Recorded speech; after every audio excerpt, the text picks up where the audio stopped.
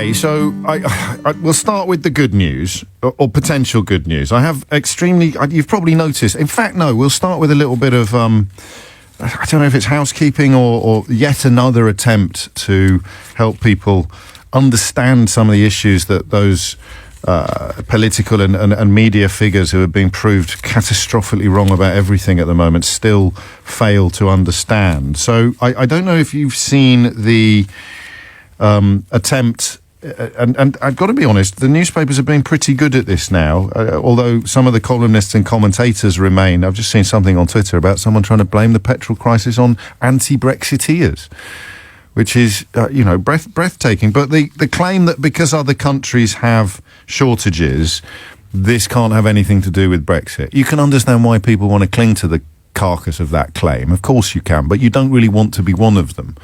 Nobody wants to be clinging to carcasses when when you could be availed of the proper facts. So, I'll tell you simply that the reason why the shortages of lorry drivers that exist in other countries have not led to empty supermarket shelves or significant disruption is because of the labour flexibilities in the European Union single market. I know not everybody wants to hear this, but that is the view of industry experts, reported in Rupert Murdoch's Times today. The single market allows the European logistics industry to protect itself against the shortages that are causing big supply problems in Britain. So Michael Clover works for Transport Intelligence, a logistics consultancy that operates across Europe. He puts it pretty well. In Europe, haulage companies have more flexibility to deploy labour to add transport capacity. Hauliers can recruit drivers from anywhere within the EU, so can draw on the whole pool of European drivers. Secondly, the geography of the continent and the flow of goods also enables much higher rates of cabotage, which is the transport of goods between two places in a country by an operator from another country, which can top up capacity in countries with constrained transport capacity. So I am often complimented, and I take the compliments in good faith, and I often slightly facetiously boast about all my Brexit predictions coming true, which is grim. James O'Brien Freude, I believe, is what the Germans call it. But it's not a particularly wonderful gift. I'm not particularly clairvoyant. I just still subscribe to a school of thought that says if you want to understand an issue, go to the people who have spent their lives wrestling with it, or who spend their lives dealing with it.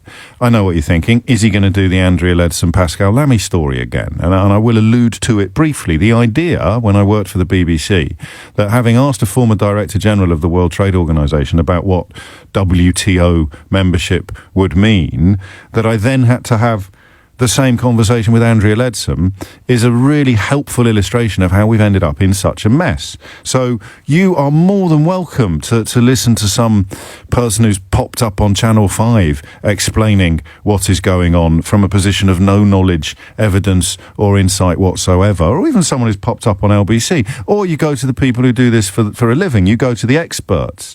And, even if we must return to the B word, you go back to Operation Yellowhammer, which was commissioned by the actual Brexit supporting government and more or less now reads like the description of the current daily situation. So that's all. I'm not Mystic Meg or possessed of any particular insights or skills. I just reach first for experts, which of course was that slightly misreported line of Michael Gove's, which was such a tipping point in the whole sorry saga that has led us to where we are now.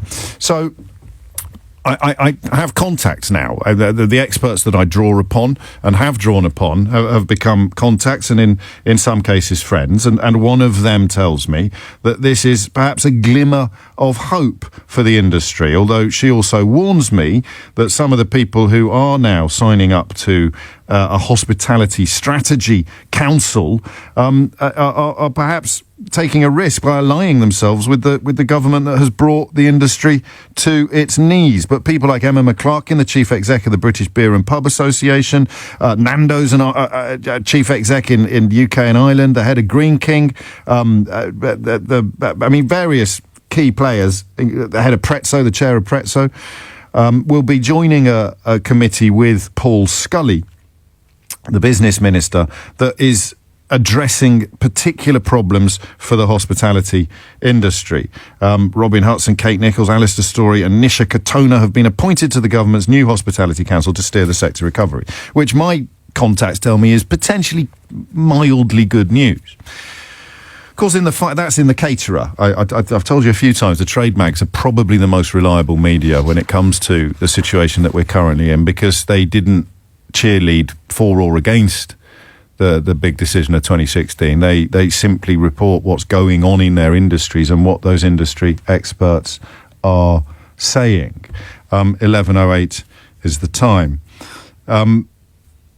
In the Financial Times yesterday, when I was off, obviously, otherwise we probably would have talked about it then, more than 65 hospitality leaders, including the Savoy and Soho House, one of the co-founders of Pret a Manger, Yotam Ottolenghi, Richard Caring, have written to the Prime Minister and senior Conservatives demanding that immigration requirements for hospitality workers be urgently loosened.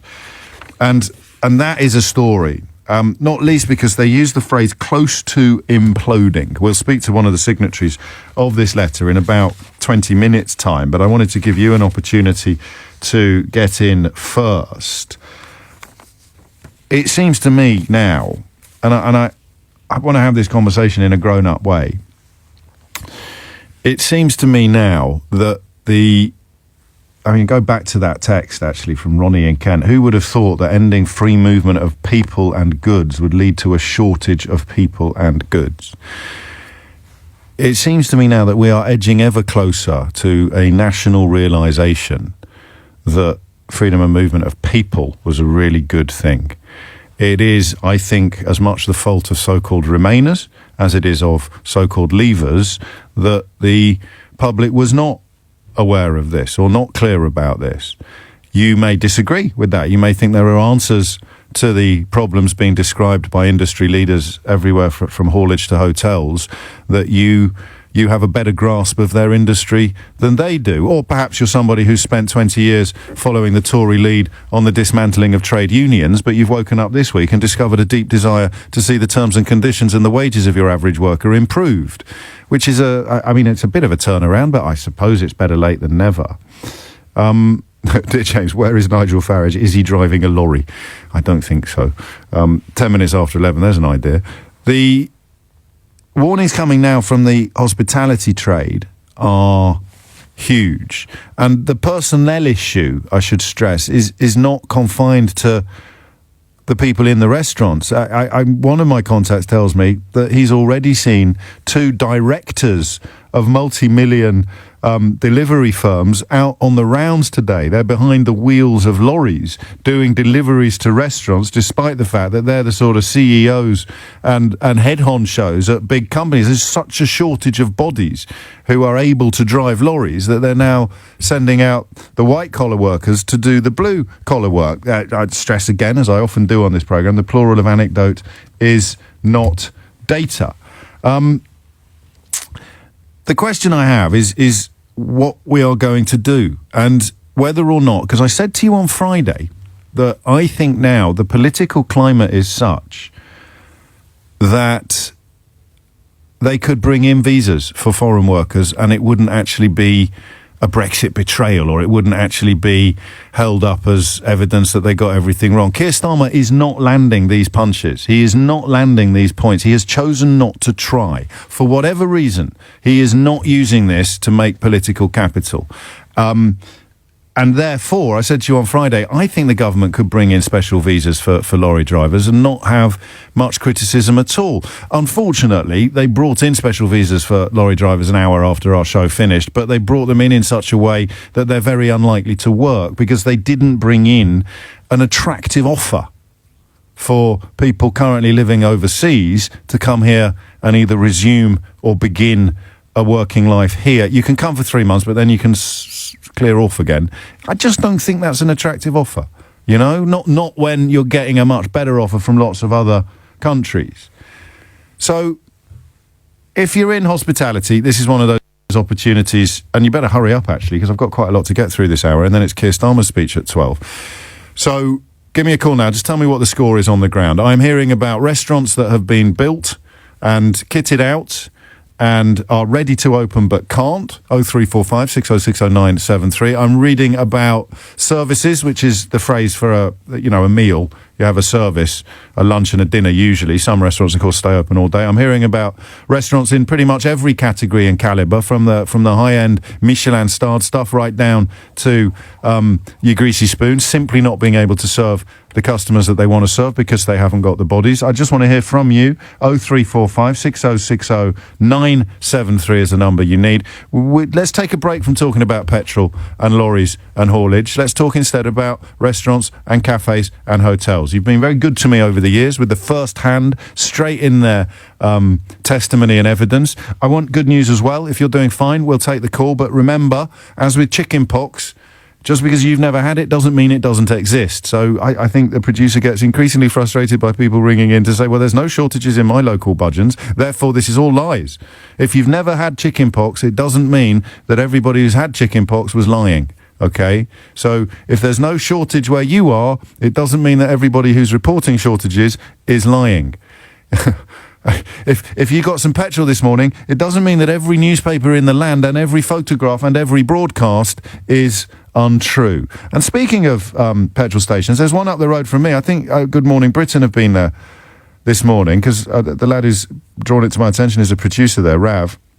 Just up the road from where my mum lives in Kidderminster, in Chaddesley Corbett, a petrol station owner called Danny is opening for an extra 90 minutes every day just for key workers, and they're checking IDs in the queue. So all you need to do is have the ID to prove that you're a medic or a teacher or something similar.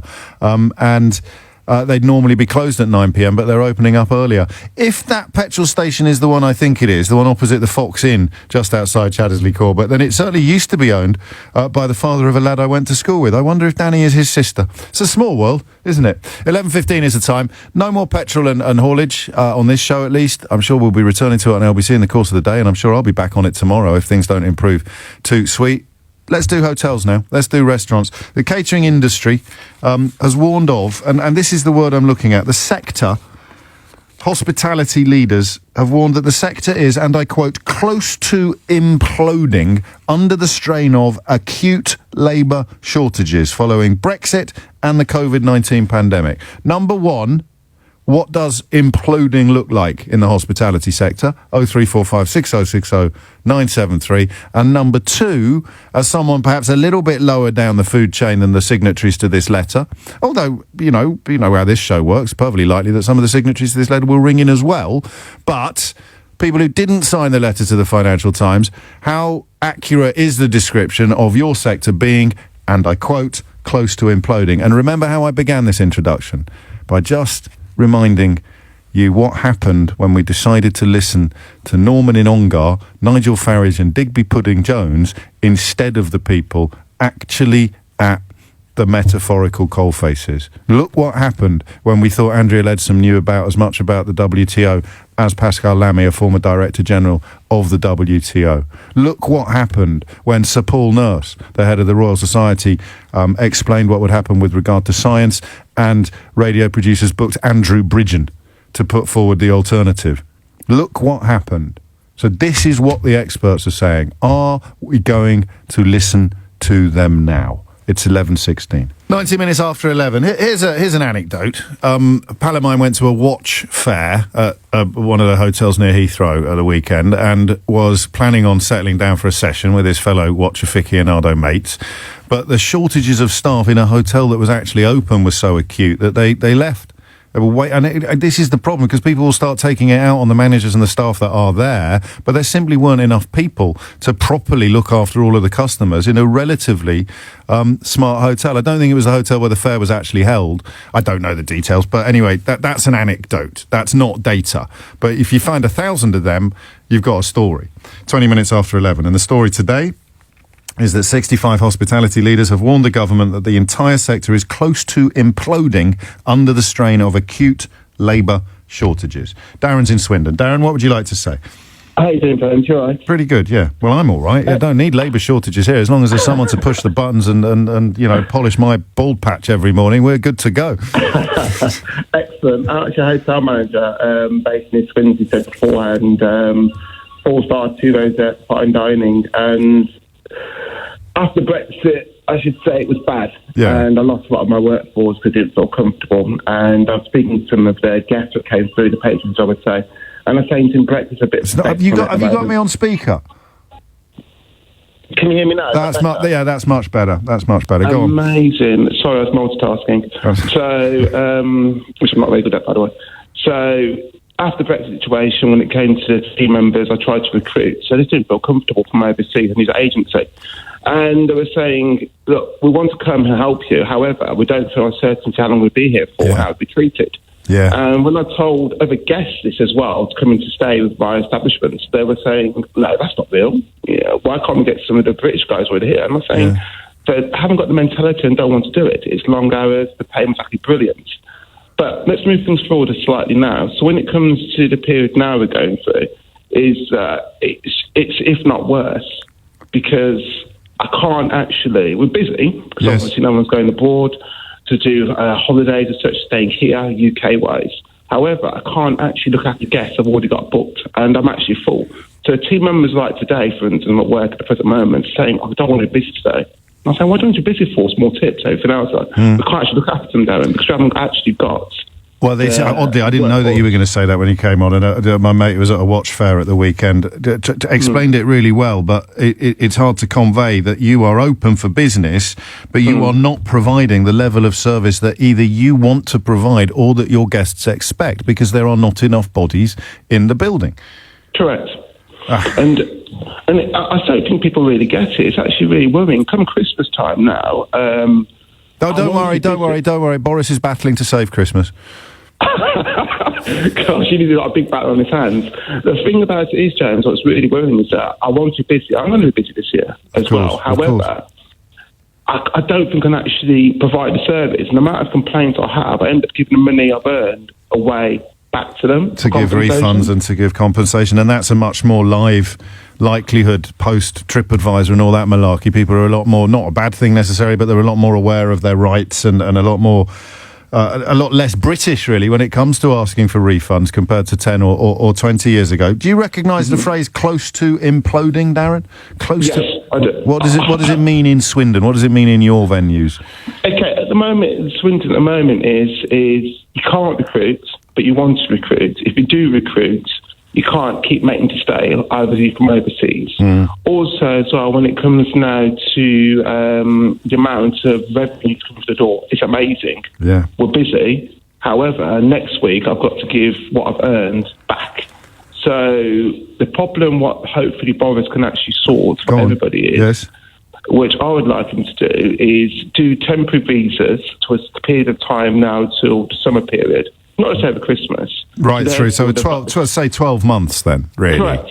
A 12-month visa might help, but a 3-month visa, well, it's going to be chucking them out on Christmas Eve, which is a nightmare for you, but a 4-month visa or a 3-month visa starting next month isn't going to touch the sides for you. No, it won't. Well, why would you come as well? I mean, to be, to feel second class and to... some people come and they do a shift. They're not here to visit Alton Towers or to do anything like that, but a lot of people do want a quality of life as well as a livelihood. Darren, you've got it first up. I wish you well, I do, but that's interesting. A 12-month visa. Is it going to be this incremental reaching back to the equivalent of freedom of movement? You start with a 3-month visa, then you get a 12-month visa, then you get a 5-year visa, then look, no one's really paying attention anymore. Let's just call it mental freedom. And bring it back in again without acknowledging what a mistake it was to abolish it. Much more serious matters now. Matthew Thompson has been at the Old Bailey this morning, where Wayne Couzens was facing sentencing for the murder, you'll remember, of Sarah Everard. And Matthew joins me now with the latest. Matthew, what can you tell us? She was just walking home, James. That has been the rallying cry for many months now over the death of Sarah Everard. But in court today, prosecution has said that there are 5 better words that summarise what happened to Sarah. And I quote them as saying deception, kidnap, rape, strangulation and fire. Now, they spent the morning presenting a very detailed case of what they say is the timeline of events that led to Sarah's death. And essentially, they paint a picture of a largely premeditated plan that involves Wayne Cousin hiring a car, or at least booking a hire car several days before the 3rd of March this year, which is when, of course, Sarah went missing. He then picks that car up, drives to London, they say with the sole intention of finding a lone woman to kidnap and rape. And they say that he ultimately then used his police badge. He was, of course, a serving Metropolitan Police officer.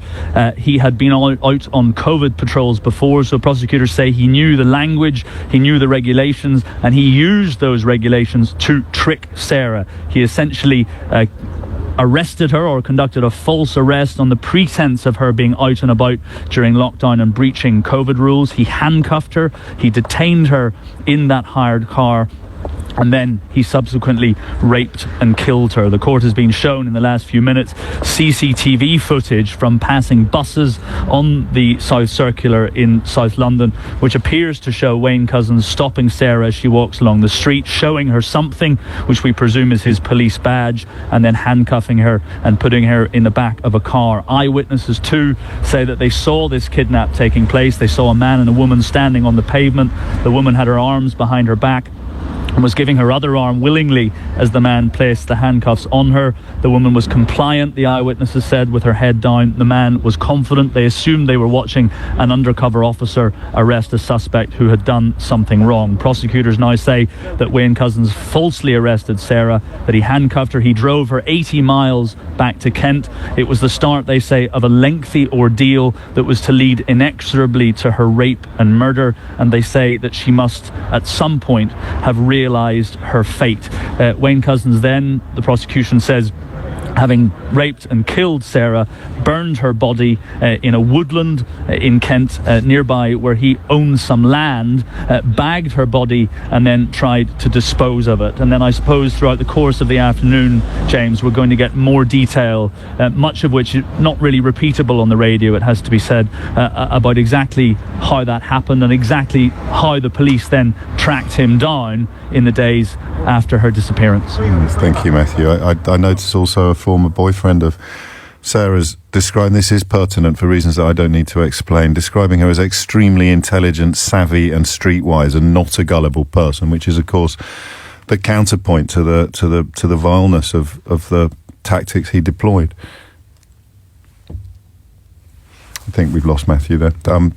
28 minutes after 11 is the time. As Matthew said, some of that detail that's emerging in court, where Wayne Cousins faces sentencing for the murder and rape of Sarah Everard, will not be suitable for broadcast on the radio. You can read about it. There'll be full coverage on the LBC website, and no doubt we'll be hearing more from Matthew in the course of the day. But that's just grim. That's absolutely gross. And I know that I can see from social media many women responding to the revelation about the handcuffing and the fact that he was using his police warrant card with particular horror, because it is it doesn't matter how, to use the words of the ex-boyfriend quoted in court, to use those words, it doesn't matter how intelligent, savvy and streetwise you are, if that is what the murderer is doing. Crikey. More on that, as I say, as and when it emerges in the course of today's hearing at the Old Bailey. You are listening to James O'Brien on LBC. It is coming up to 11:30, and Dominic Ellis is here now with your headlines. 11:34 is the time. You're listening to James O'Brien on LBC. It's like clockwork, isn't it? As we prepare to talk about the situation in hospitality and catering, I noticed some fairly grim warnings coming from Next, the retail chain, which, if memory serves, is headed up by a bloke who was always on the telly in the run-up to the referendum telling us what a bang-up idea Brexit would be. So interesting how he's going to explain that to his board members. 11:34 is the time. Cleo Georgiadis is the hospitality director at a Greek restaurant, Estiatorio Milos, in central London, an exceptional restaurant. I bet they don't serve bum fritters down there. And she's also one of the signatories to this letter to the government warning that the sector is close to imploding. And she joins me on the line now. Cleo, many thanks for your time. Close to imploding is an apocalyptic phrase. It's a very strong phrase. Did you use it in the hope of spooking the government, of scaring the government into action, or would you describe it as being coolly accurate? I would say it's frighteningly accurate, James. It feels a little bit like trying to hold a handful of sand right now. Gosh. And I think what's the most heartbreaking element is that after everything we've been through the last 18 months, open, closing, now the post-COVID confidence is restoring, but we don't have the staff, as your other callers have said, and Kate Nichols has been saying.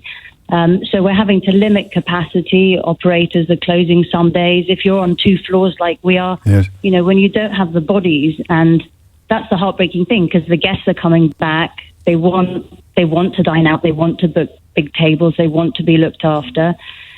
That's usually staff on their knees. Yeah, that's incredible, actually. And Darren in Swindon describing the same thing. The knowledge as a caterer, as a scion of the hospitality industry, that you can't provide the level of service that you want and your customers expect. Yeah. What's the tipping point then? I mean, I know obviously there's a point where you can't make a profit because you can't do enough covers, but the bigger the restaurant, the bigger the problem. What is for you personally in your restaurant the tipping point, if that's a question you can answer? Well, I mean, I think after, we've been open just over 6 years, so it's taken time and effort to build a reputation, to build a clientele, to create a united team. And the second you feel that any of those are going to suffer, I guess that's a tipping point, and our rents don't change. And when you're only able to use, say, half a restaurant, I think the biggest point is that the misconception in this country that hospitality is a low-skilled, low-paid industry. It's not. It's really not. I mean, we're a bit of an exception because it's like you said, it's Greek. By the way, very good accent, James. Your Greek accent, yeah. So no, it's highly skilled. I mean, a sommelier, who could be up to £40,000. That's highly skilled. Waiters are highly skilled.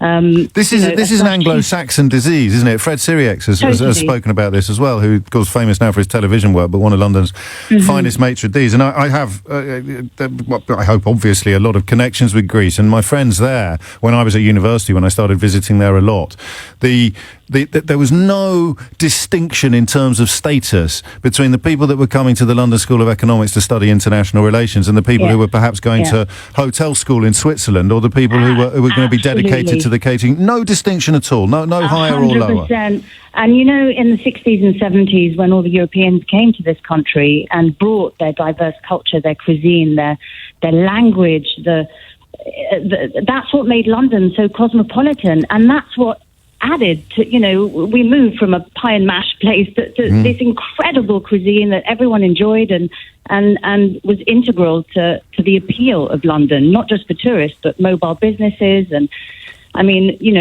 our business lunch is as important as our dinners. You have meetings happening, and it's part of life. It's part of our everyday life, aside from the fact that it's also giving back to people. And that appeal is going to suffer if restaurants have to close because we don't have the bodies. And there's, you're not denying the necessity or the advantages of having a root and branch reform of the sector and the approach to the job, but equally you can't sit and wait for a new supply chain of domestically trained, better respected workers to arrive. So when the Home Office says we want to see employers make long-term investments in the UK domestic workforce instead of relying on labour from abroad, they've turned it into an either-or.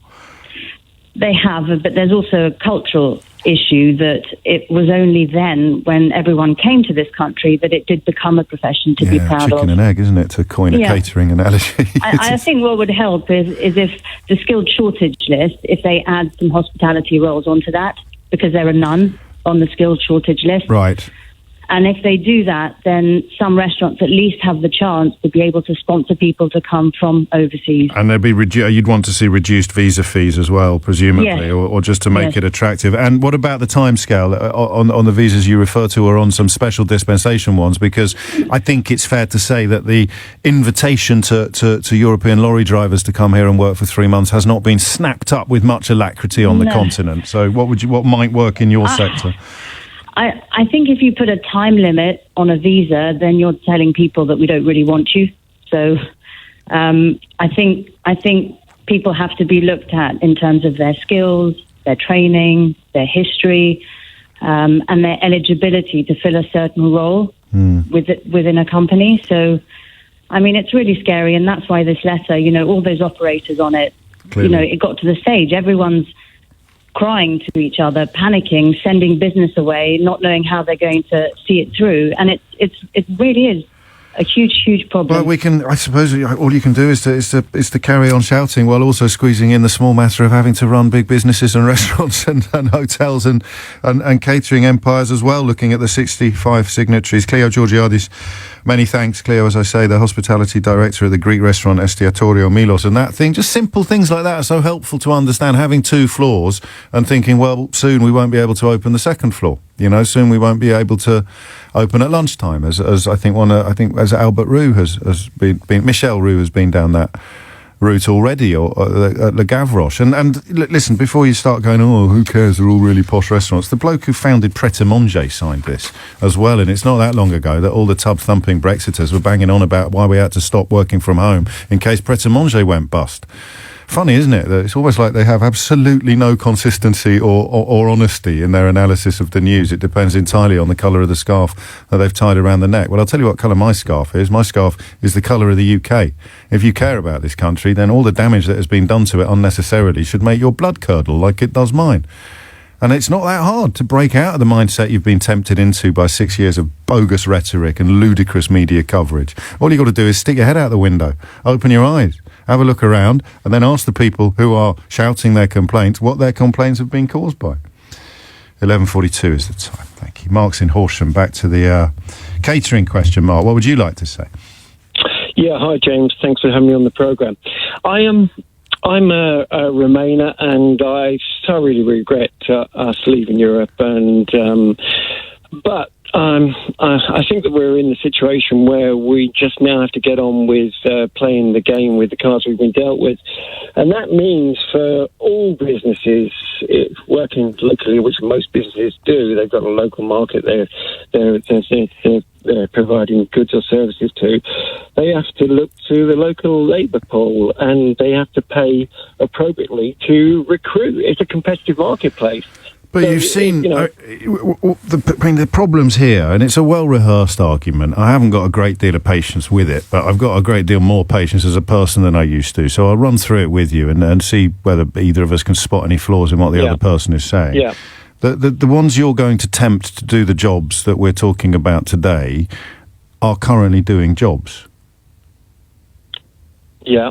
So what's going to happen to the jobs they vacate to go and do the jobs that you think need to be made more competitive is point one. Point two is the haulage industry was offering people golden geese, even not long ago, and it's barely touched the sides. The increased wages, the increased offers has barely touched the sides, and we've already had stories of people giving up their work driving bin lorries to go and drive supermarket lorries, which means that last week in some parts of the country the bins weren't being emptied. No, I thoroughly agree with all that. And finally, you just heard Cleo say that, that there are, and particularly at her end of the sector, these are highly paid jobs. These are decent gigs that are prized by people who've grown up in countries where hospitality is respected and regarded as a proper career. We live in a country where, for the domestic population, it isn't. So where are you going to get a 40 grand a year sommelier from by the weekend, Mark? I think that what you're going to have to do is you're going to be poaching it from someone else's restaurant. That's the reality of it. Yeah. There are going to be businesses. There are going to be. So then you're not filling a gap, are you? You're not alleviating a labour shortage by poaching someone else's sommelier. You're just moving the shortage from one restaurant to another. Yeah, exactly. But the situation is there will be some businesses that will not survive because there isn't the labour to enable them. But they would survive if we brought back freedom of movement of people. Yes, but then we have the situation. So when you say we have to deal with the cards, let me just say. Of course. Then you have the situation where we, and as Emily Maitlis pointed out last night on Newsnight, you have bad employers who will take advantage of people who are coming in from Europe who will settle for a lower wage.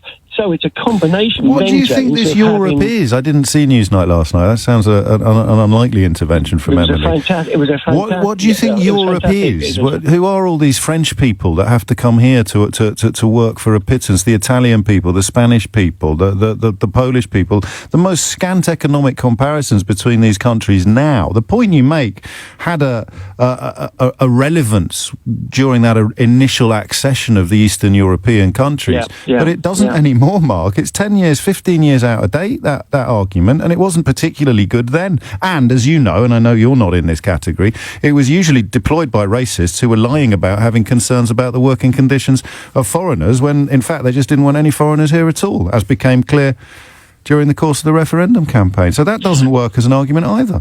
Well, no, I think it does because there are people who are employed on contracts. Go and have a look at the money that's available, the size of the gaps. You find one Romanian who might be coming here to work for money that you wouldn't be prepared to work for, or British people wouldn't be able to work for. You find one example like that, and you somehow extrapolate from that an explanation for the haulage industry, the retail industry, the catering industry, the hospitality industry, all being on their knees.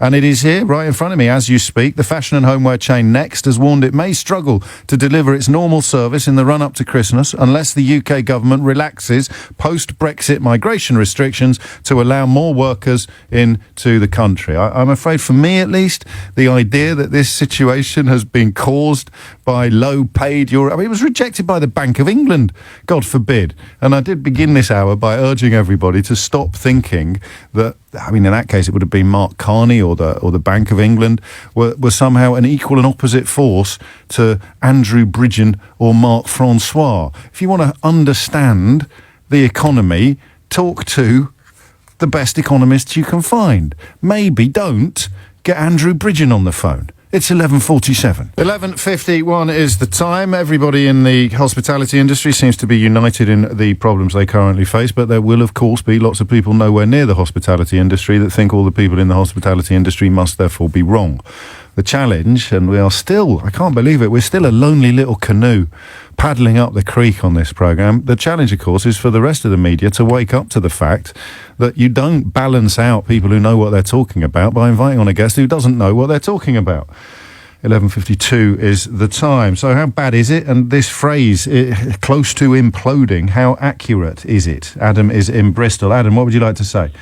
Hi, James. Well, first of all, first-time caller, a big fan as well, so thanks for having me on. Welcome.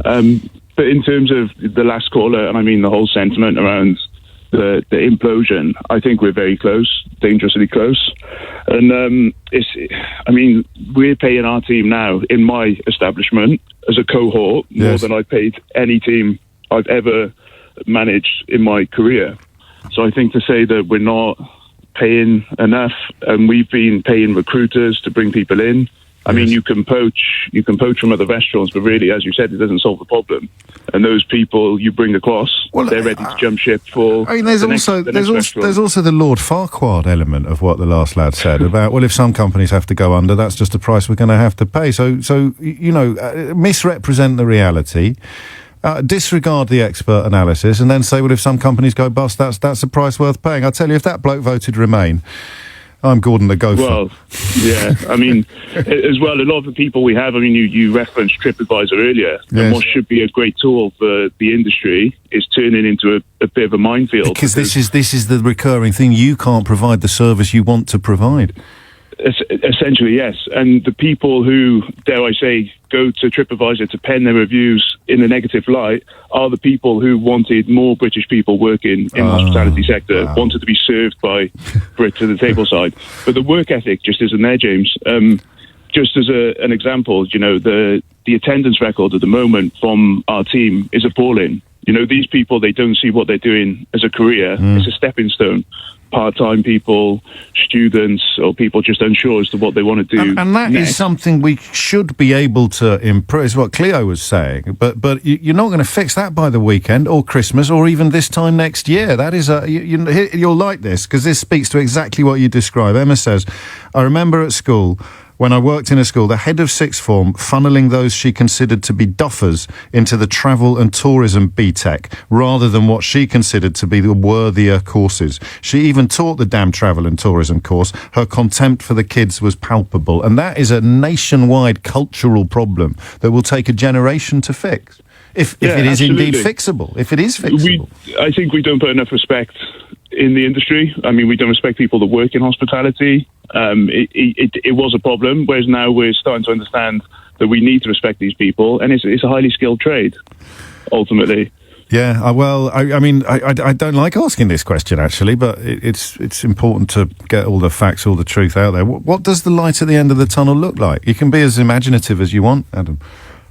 Well, I mean, if I had the TARDIS, I'd go back in time and avoid the referendum. Freedom of movement, then, in other words. Freedom of movement of people. Yeah, do you know, I wonder, I mean, it's not going to happen overnight, but do you think we could end up in a place where we do bring back freedom of movement for everybody else in Europe, but we just don't have it ourselves?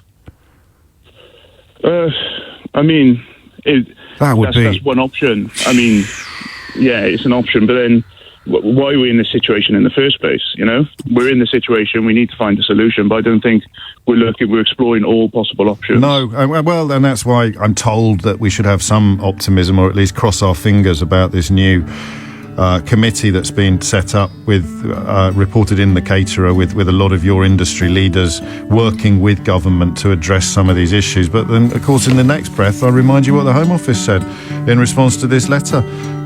We are closely monitoring labour supply and working with sector leaders to understand how we can best ease particular pinch points. Well, it doesn't look that way from here.